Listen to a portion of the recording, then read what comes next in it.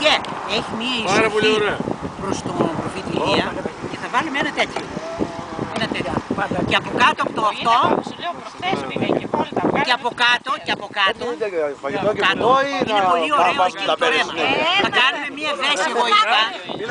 Μία δέση. Θα κάνουμε το έργο μας τέτοιο πρέπει να γίνει κάτι. Θα φανούμε και που φεύγει αυτό πρέπει να εκμεταλλευτεί και αυτό. Πρώτα Αφού πιάσαμε την κρίση μάζα τελείωσε. Τελείωσε. Πώς του λένε οι πόντοι? Μία πίσω από την Κρυόβλης και μία εδώ στην υπερχείληση. Ήταν ένας και ένας. Θα ξεκινήσουμε. Ήταν ένας κομισένας. Δεν πάμε σε Γεροπούλιο που είσαι. Τι να κάνουμε, ένα ωραίο χωριό. Πάμε και μια μόρφια εκεί.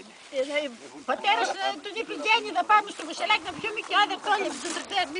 Μην τους εκεί και μας περιμένει. Δεν θα πάμε κάτω. Εγώ τώρα το βλέπω το δρόμο. Γιάννη.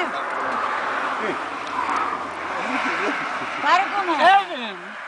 Πάτε, πάτε. Δεν έχουμε μηνιόχαρτο.